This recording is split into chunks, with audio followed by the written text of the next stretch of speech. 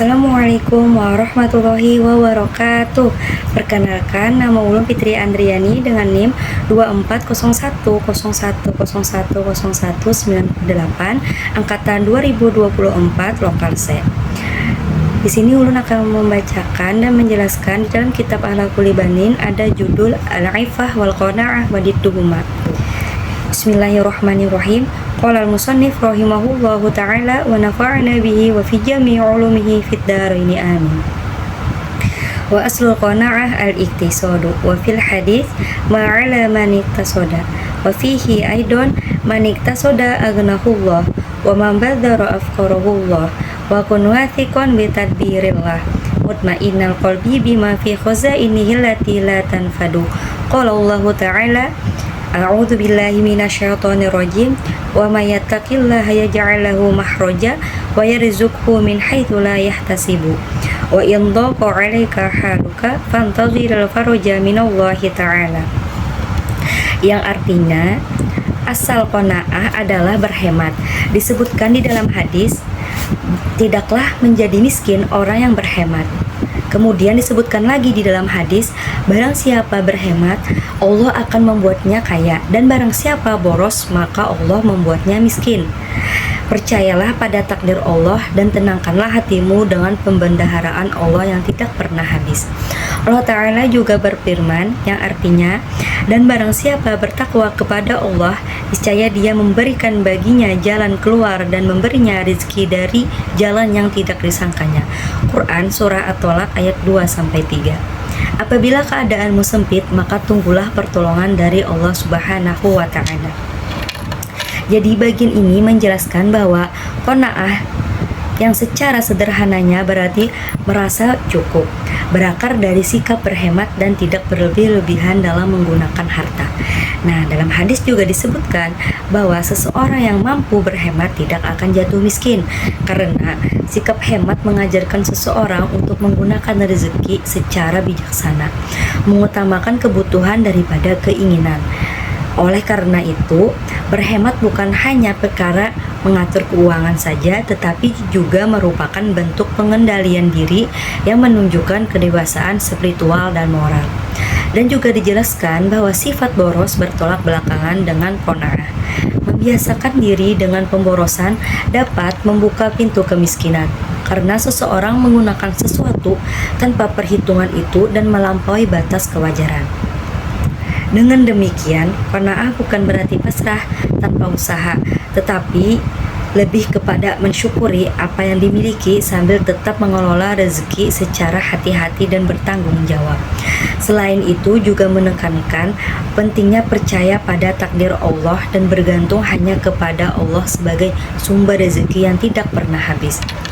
Hal ini dipertegas oleh ayat Al-Quran, Quran Surah At-Tolak ayat 2-3, bahwa Allah akan memberi jalan keluar bagi orang yang bertakwa, serta menganugerahkan rezeki dari arah yang tidak disangka-sangka.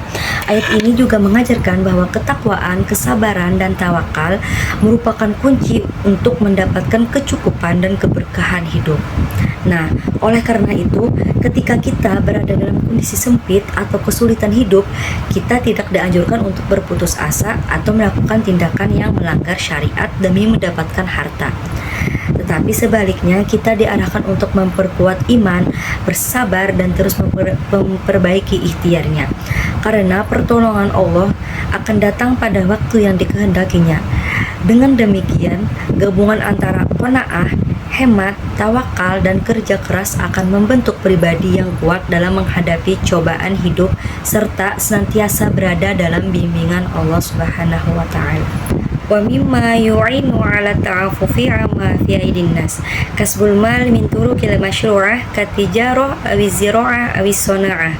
Wa fil hadis la ya'khudha ahadukum ahbulah thumma ya'til jabal fayati bi huzmatin min hatabin 'ala zuhrihi fayabi'aha fayakufullahu biha wajhuhu khairul lahu min ayas alan nasa atauhu aw mana'uhu wa fi dzalika hifzul karamah wal izzah wa jabulil mal al mu'in ala umurid dunya waddin wa ba'da an adraril batalati wal faraghi.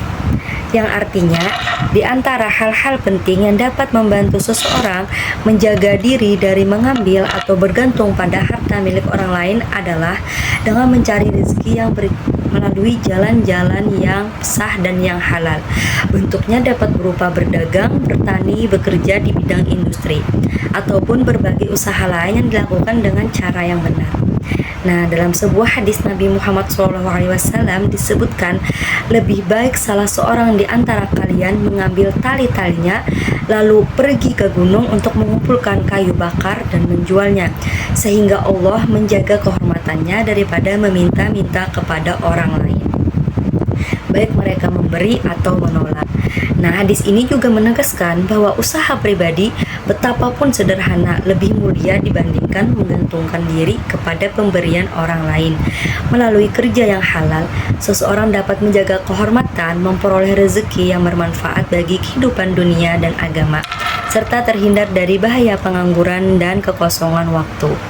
Nah, sedangkan di bagian ini menjelaskan bahwa cara terbaik untuk menjaga diri agar tidak bergantung pada harta orang lain adalah dengan bekerja dan mencari rezeki melalui jalan yang halal. Dalam ajaran Islam, bekerja bukan hanya soal memenuhi kebutuhan sehari-hari, tetapi juga bagian dari menjaga martabat dan harga diri.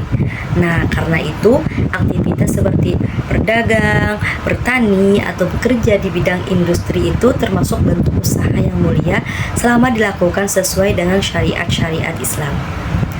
Hadis yang disebutkan dalam pembahasan di atas tadi juga memberikan gambaran yang sangat jelas.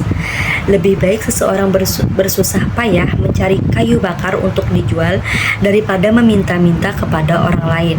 Nah, artinya Islam sangat mendorong umatnya untuk mandiri dan tidak mudah bergantung pada bantuan orang lain. Sikap ini bukan menjaga kehormatan saja, tetapi juga membentuk mental tangguh dan etos kerja yang baik.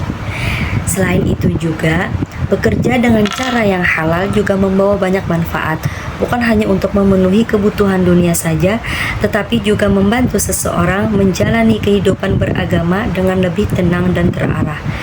Jadi dengan demikian, kesibukan yang positif, seseorang juga terhindar dari pengangguran dan waktu luang yang berpotensi mengarah pada perilaku kurang produktif.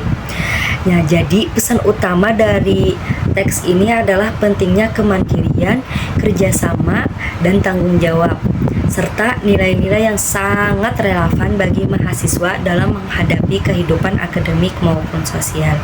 Mungkin ini saja yang bisa ulun sampaikan. Wassalamualaikum warahmatullahi wabarakatuh.